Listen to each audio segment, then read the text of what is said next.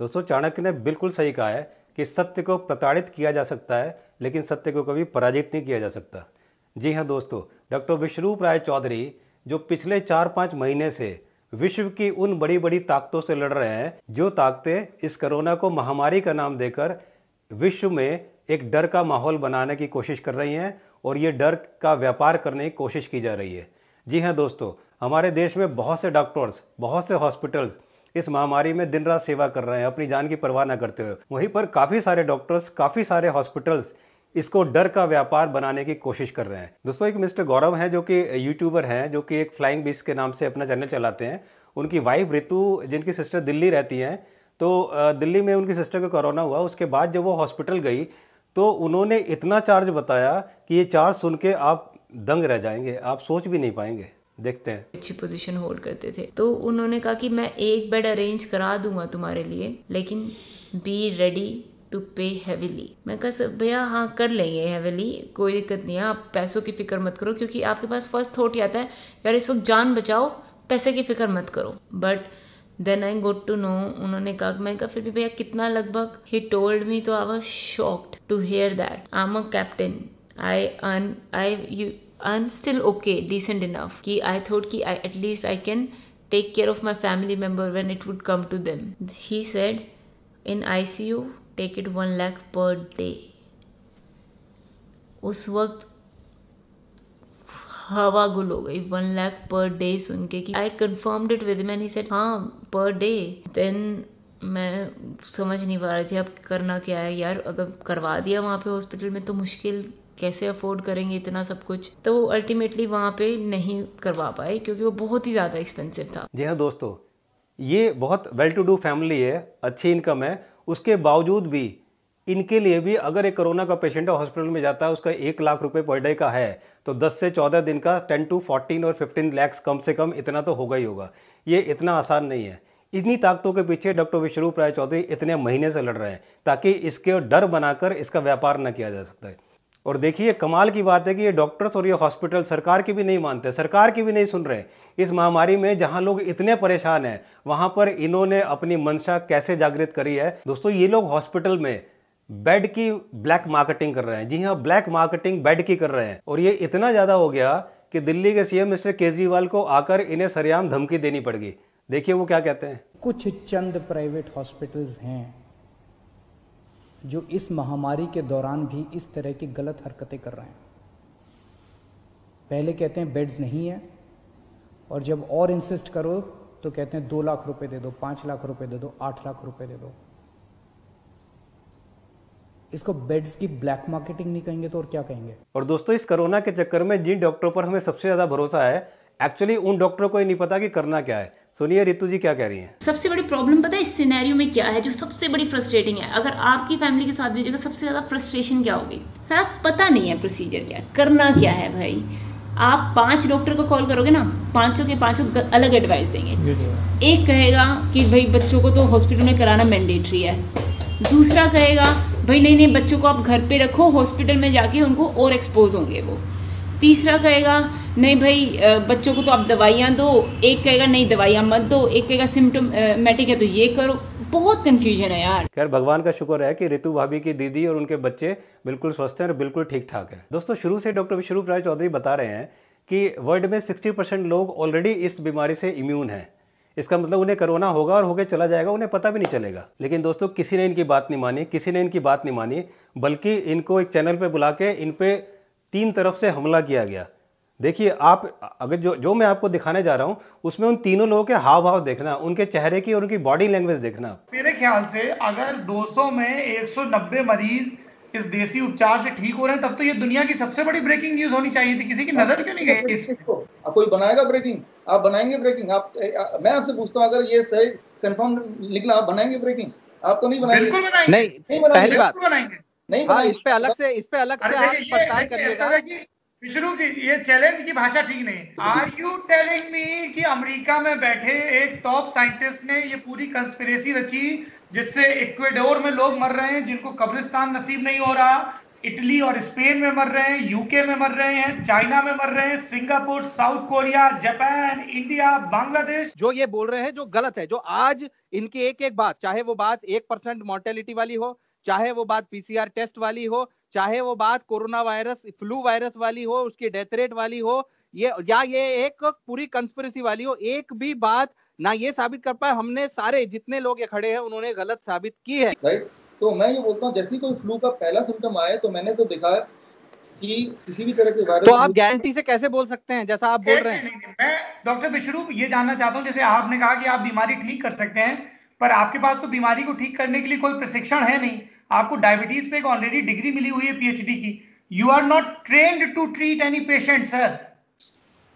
देखा दोस्तों कैसे कैसे ताने मारे गए। मिस्टर ललन टॉप बोलते हैं you are not train to treat the patient. पर पता है दोस्तों, डॉक्टर विश्वरूप राय चौधरी से मैं इतना प्रभावित क्यों हूँ? क्योंकि वो इंसान कभी भी बोलने में एग्रेसिव नहीं होते, लेकिन उनके एक्शन में आपको एग्रेसिवनेस दिखेगा। जहाँ ये लोग इतना कर रहे थे, वो पिछले 2 महीने से बीच में लगे हुए हैं और उन्होंने एक टीम तैयार करी पूरे इंडिया के लिए, ताकि किसी को भी कोरोना में या दिक्कत परेशानी हो तो वो उस हेल्पलाइन नंबर पर फ़ोन करे और उसके बाद वो उनसे हेल्प ले सकता है। जिस इंसान को बैठकर इस चैनल पे जो ये लोग इन पे लांछन लगा रहे थे, इनको ज़रा सा भी एहसास नहीं है कि वो किस आदमी से बात कर रहे हैं। उस इंसान से जिसके वर्ल्ड में इतने सारे सेंटर्स हैं, उस इंसान से जिसके लाखों लोग अब तक ठीक हो चुके हैं उसकी DIP डाइट से, उस इंसान से जिसके लाखों करोड़ों फॉलोअर्स हैं और जिन्होंने अपनी DIP डाइट से पता नहीं लाखों करोड़ों लोगों को ठीक किया, और मैं भी उनमें से एक हूँ। दोस्तों आज अपना मेरे साथ एक कसम खाओ कि कभी भी किसी सच्चे इंसान पर अगर उंगलियाँ उठाएगा ना कोई, तो हम सब मिलकर उसका साथ देंगे, उसको कभी अकेला नहीं छोड़ेंगे। वरना अगर हमने ऐसा किया ना, उसको अकेला छोड़ दिया, तो इस भारत में, इस देश में सच्चे इंसान पैदा होने बंद हो जाएंगे।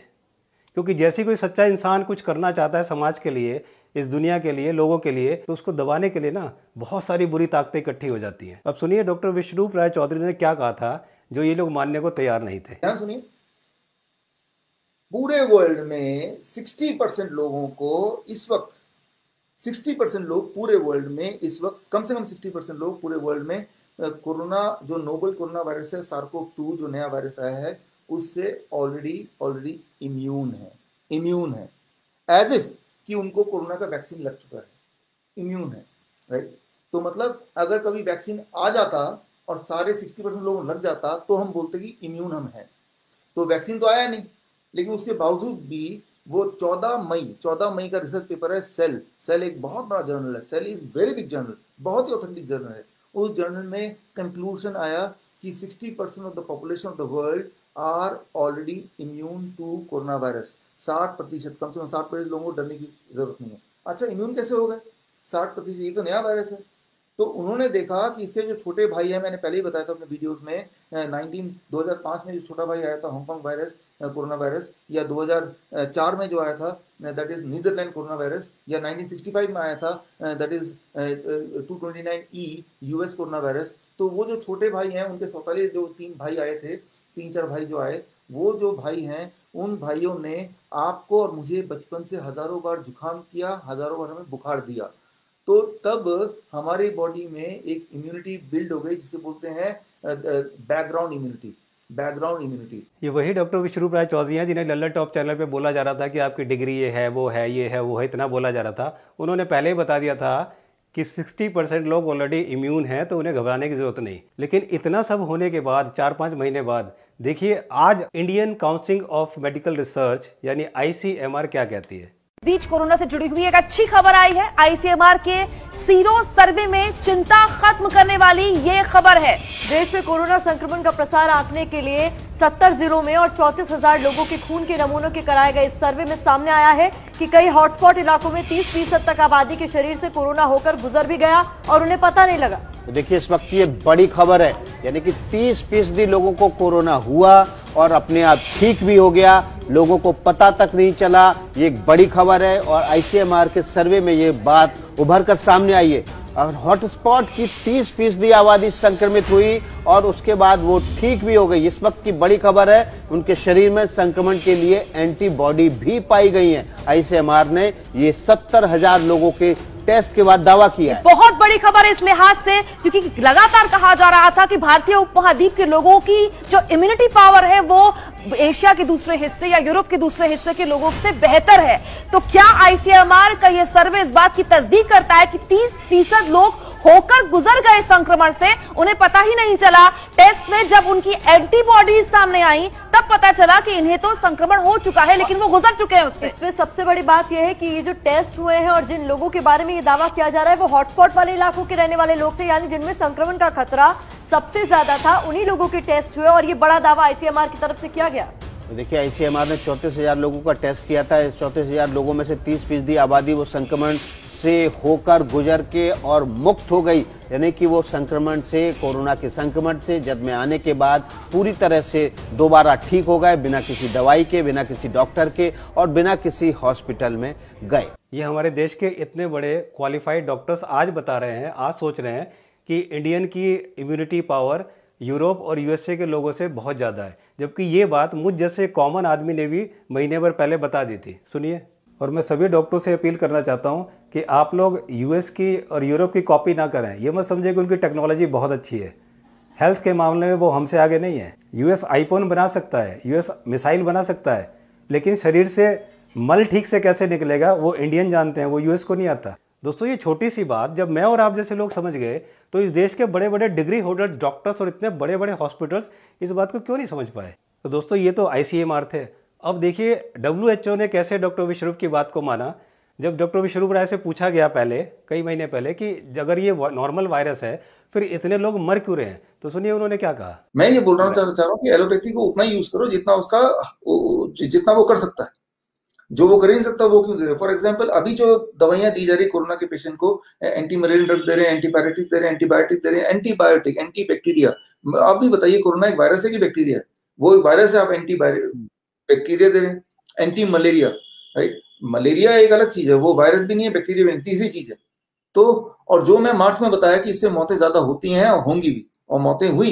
दोस्तों, उन्होंने कई महीने पहले ही बता दिया था कि ये जो लोग मर रहे हैं वो गलत एंटीबायोटिक्स देने की वजह से मर रहे हैं। ये बात उन्होंने कितनी पहले बता दी थी। लेकिन हमारे देश में आज 15-20 करोड़ बेरोजगार होने के बाद, लाखों करोड़ रुपए के व्यापार की बर्बादी होने के बाद और इतनी सारी परेशानियां झेलने के बाद, इतने लोगों के मरने के बाद आज WHO वही बात कह रहा है। सुनिए जरा। इस वक्त इस बीच बड़ी खबर आ रही है। WHO ने कहा है कि एंटीबायोटिक्स लेने से कोरोना के वायरस को शक्ति मिलती है और शरीर हमारा कमजोर होता है। इस वक्त की बड़ी खबर, पहले भी इस तरीके की बातें सामने आ चुकी है कि कोरोना की संकट की घड़ी में हमें एंटीबायोटिक्स का सेवन नहीं करना चाहिए, लेकिन अब WHO, दुनिया का सबसे बड़ा स्वास्थ्य संगठन, ये कह रहा है कि एंटीबायोटिक्स जो है वो खतरा बढ़ा रहा है, मुसीबत बढ़ा रहा है।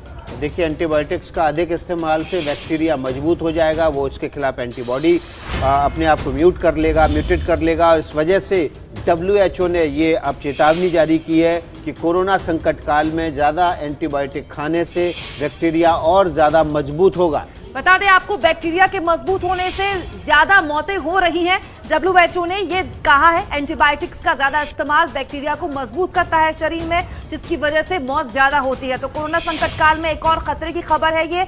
अगर आप लगातार एंटीबायोटिक्स खा रहे हैं किसी और बीमारी की वजह से भी, तो ये आपको कोरोना के करीब ले जा सकता है।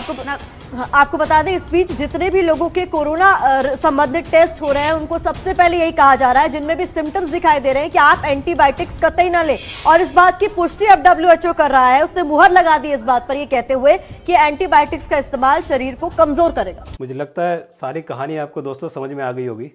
अब मुझे कुछ और समझाने की जरूरत नहीं है। मेरी आपसे एक रिक्वेस्ट है कि अगर आपके आसपास, आपके रिलेशन में कहीं भी कोई कोरोना का पेशेंट है तो प्लीज़ उससे कोई भेदभाव ना करें, उसकी प्लीज़ हमेशा हेल्प करें।